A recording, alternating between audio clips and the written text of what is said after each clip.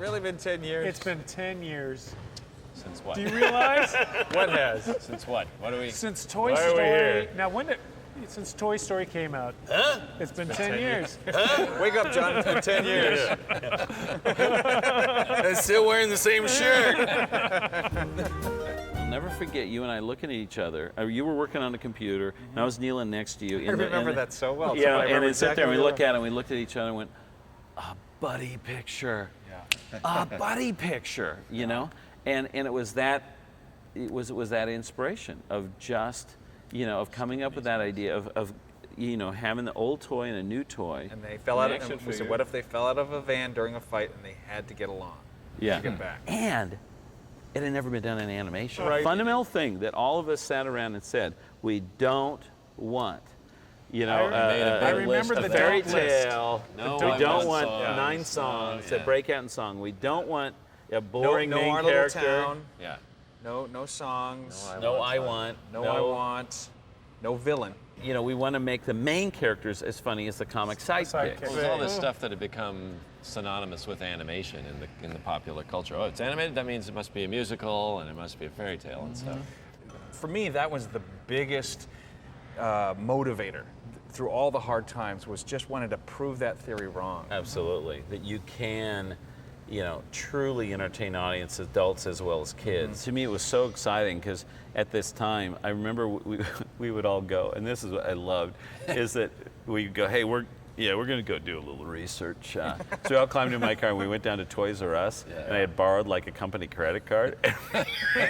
We would just go through with baskets and just like filling stuff up. But that's where we found that made us, I remember in the aisle, we just started dying laughing because the Green Army Men, came in a Tupperware bucket, right. and it was like, Bucket. Bucket of Army Men. yeah, bucket of Army Men, or U.S. soldiers in a bucket. And when you And we just started Start thinking howling of, with laughter. from the perspective of these guys are all alive and Stuck in a thinking bucket. people.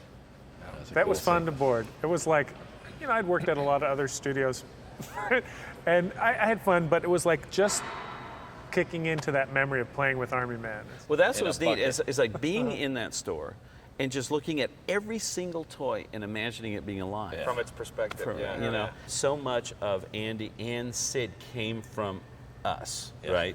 And I mean, Drawing look on at this. Look at this. I will say right now, I was more like Andy, right? I mean, you guys always made fun of me that way. That I always like made. John whenever always I'm takes care interviewed of and his asked toys. about this, and they all start giving me a hard time about the Sid character, I always go, look, that's how real kids play. Absolutely. The odd one is Andy. No kid plays like that. No kid puts his face, except for John Lasseter. He's the only I guy. still have my office is full of know. my toys from when I was a kid. But the thing is hearing the stories show of the way you would play with your toys to me. My brother and I think- were really rough on our toys, and we would melt our Army Man with like lighters and just see how they'd melt. And there was one thing, it was a Tonka truck ad with an elephant sitting on top of a Tonka truck, and my brother and I went, wow, really? The Tonka trucks are that strong? And we had a cinder block wall with a loose, huge cinder block brick. And we put the Tonka truck underneath, lined it up, went around the other side of the fence. We were little and went, and heard it, came out, and the whole Tonka truck smashed. And we're like, come on, that's baloney. Well, then, That was I fun. knew my son had finally arrived when he got to be about 10, and one morning we were having breakfast together. It was a real quiet morning, and it had been on a stormy day. And as I'm sitting there, I look out the breakfast window, and there on our tree is a half-naked G.I. Joe duct taped to a tree, like flailed like this. And I go, Ben, did you duct tape a G.I. Joe to a tree? And he just went, boot camp. And then he just kind of kept back to eating. And I was just like, that's my son. It's my boy.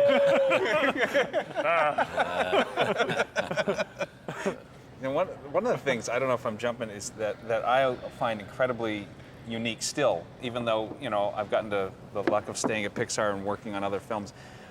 There was this sort of, I don't even think we could take credit for it, just sort of this chemistry that we fell into, the four of us, when we would be boarding stuff and trying to hash things out. Yeah.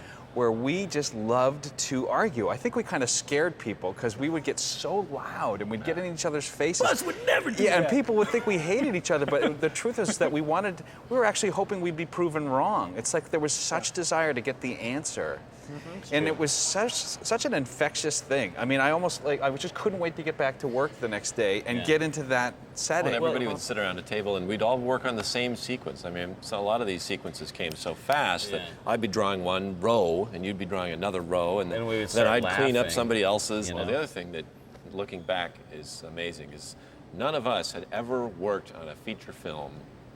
Well, you had done. animated, but not in the story department. no. Joe was the only one who kind of had been through this before, so we were completely just making it up as we went along. It's why do we have to do it that way? The more It I was look great. back, I think that was an asset. It was totally an asset. Because all we would do, I just constantly remember us going, why do we have to do it that way? Or why should you do it that way? Right. It's like we wouldn't do it if it didn't make sense. Or we would make up a method because that made more sense. I mean, Pixar invented stuff, constantly was doing stuff no one else had ever done before. From the beginning. That's all what we've been used to. So we started doing this. I mean, it was just us too. Like, well, this makes sense, let's do this. That style of boarding was unique to Pixar, based on, I worked at a lot of other places before. It was totally unique to Toy Story, and we would, group do stuff, and there was definitely a one mind that emerged, or the super friends, or however you want to call it, where it's like, the closest I can wanna relate it toot to. our own horn, but No. it was fun, and we could finish each other's senses. It's not so much talent, it's just about whether you can get along, And But have also arguments. the fun the arguments. But I actually think No, of we have arguments? of the. Yes, we do. We don't. Yes, we do. We have an argument. No, that's not the way it went. No. we would, but I also remember the late nights and how silly we would get. Yeah, the jokes and the gags we'd pull on each other, or the things that we'd explore just after working together and doing late nights of like, this is way over the PG line, would be really healthy to just keep the humor going, and then some of it would cross back over the G line and get in the movie. The thing with TV. the laser tag, remember? The old building, everything was just, it was like a rental office space. And we would go around, turn off all the lights, We were working leaving. so late, nobody else was around. Yeah, so no everything's security. dark. So we'd all run around and have these It- big it- battles. it's so great because you'd get home like at 3 in the morning and Nancy, my wife, oh man, we were working so hard. We played Don't the whole say time. that. My wife was like, that's all you guys do all day. And we were sweating. We were just like. To me, probably the biggest turning point for, I know, the four of us, but I think even for the studio, was as we were developing the story. In the early days, we were just babes in the woods and listening to Disney's notes. Jumping through hoops. Jumping through hoops, we'll do whatever. We were so excited to do this, Yes, sir. and they know what they're talking about. They've been so successful, and we'll just, learn from them as best we can. The notes kept coming back. This is too juvenile. It's toys. It's too juvenile. You got to make it more edgy. Make it more edgy. Make it more edgy. More Come on, zingers. come More on, one-liner zingers. more Put edgy, downs. more edgy. So I remember we had this screening, and we had hired Randy Newman. And he came to the screening, and after he was like, boy, that's a train wreck. It was like the most horrible screening. And after it was over, no one laughed. And you sat there, and I was so embarrassed for what was up on the screen. And I remember the executives didn't really give us notes then. They just got up and walked out. And right outside, later, Tom Schumacher told me right outside the door, they all turned and said, what happened? And Tom said, they were following notes. Right. They were following all the notes we were giving them. And they came to us, and clearly we were right at the stage where we needed to start animating, start production. And they came to us, and they shut the production down. They shut the production down. And they were demanding that our story crew, since we clearly couldn't do it on our own, and this is weeks right before Christmas, move to Los Angeles and move into their offices so that they can oversee us more clearly, And give us more notes. And give us more notes, and because clearly we couldn't do it ourselves. And we had just hired like 12 animators. We just trained them. They were just up and running. And you can't just grab somebody off the street and start animating on the system. They wanted to fire all of them. I kind of pleaded with him. I said, give us 2 weeks. Give us 2 weeks. And I think we all looked at each other and said, I remember saying, let's make the movie we one. But you know, it really gave us, in a weird way, the guts to just do what we had always basically wanted to. I remember boarding some sequences early on that did get shot down for being juvenile. And when you talk about them now, they make complete sense with the Toy Story we have now. I remember in that 2 weeks, we just kind of went, we want to go back to that. And we came up with the notion of that they had a staff meeting, Yeah. right? The toys are more adult, and so therefore, instead of just having a group discussion, it was like an organized staff meeting and using the terms that you find in a workplace. Right. And then just about making Woody knowing that this is big news and trying to And soften making Woody it for good everybody. at his job. That And was making another Woody thing. I good remember at you his pushing job. that. Make him really good at his job. Early, we had Buzz aware of his stardom as a TV star. Remember that? And then we came up with a notion that to make it more clear that he really doesn't realize he's a toy. It's like, here's this guy who lost Woody, who lost his place on the bed. And it was so great because it was like to a toy who doesn't realize he's a toy. It just drives Woody It crazy. made it so fun to write for Buzz. Like anything, Right. he would look at a cup and, oh, it's a power module, you know, and you could, it was fun. Interesting way you drink on this planet. It's really That's right. telling you find those little moments or those little ideas. And It's suddenly, satisfying when they fit. Suddenly your character's It's, you know. speaking and you're just trying to catch up. Yeah. You know, Yeah. and that's when you know you don't have it because you're not getting that Yeah, sometimes yeah, with yeah. characters. That's what we turned around. It was kind of the first act. And in 2 weeks, I'll never forget the screening. And of course, the executives at Disney were really expecting, you know, what could they have done? And they were like stunned. And Tom Schumacher, you know, to this day sort of says that he's never seen that in history, that something to be turned around so. I remember Chris So- Montan turning around during the middle of it going, what did you guys take, funny pills? Yeah. And I was so proud of that. And then that was it. And it was like we turned the movie back on and everybody got back working. But you know what? It empowered us.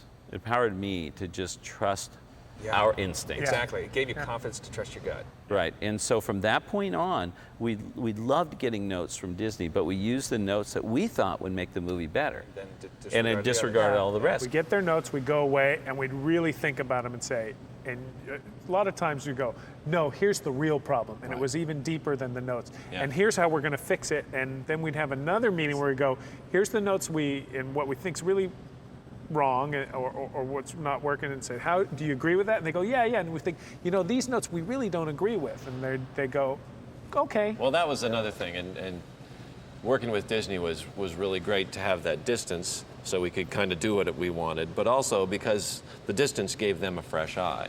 Yeah, And it was you know, great. they were able to look at things that we were getting really close to, and we'd get a great new perspective.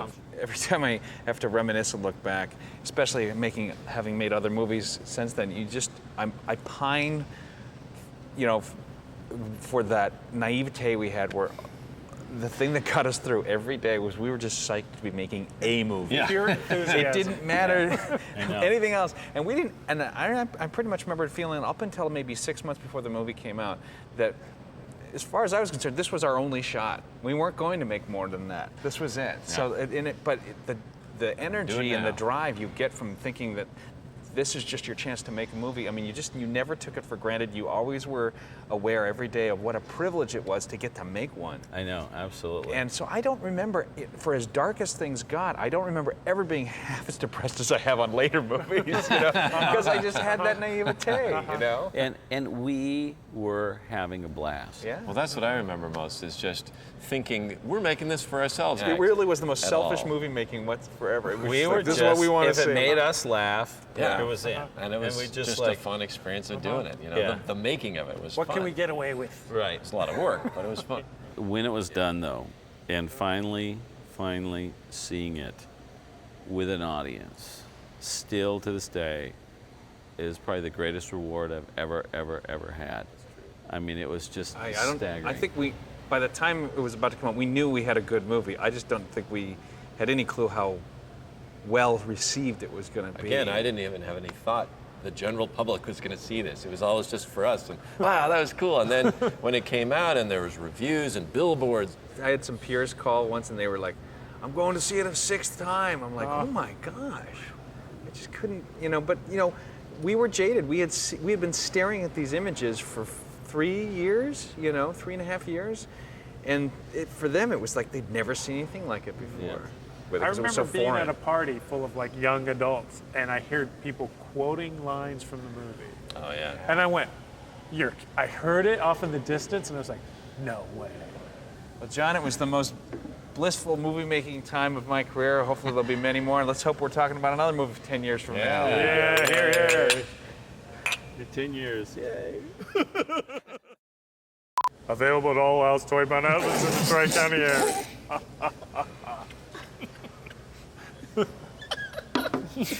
Dicks are always funny. So it's been about... It's like it's been about 10 years. 10 years since what? Gosh, guys, it's been 10 years since Toy Story came out. Great Caesar's Ghost, John. Really? Yes. Can you believe it? It seems like hard just to 10 believe. minutes. It's hard to believe. Boy, wait till I tell the fellas about this. 10 years. Well, Those- guys, it's been 10 years since Toy Story came out. Actually, 10 years? but it's been almost 15 years since we started this. That's year. the thing. It doesn't feel like 10 years. It feels like 15. Longer, yeah. Because that's about when we start thinking about it. It's been 10 years since the baby was born. Yeah. Yep. Yep. Feels like it too. Yep.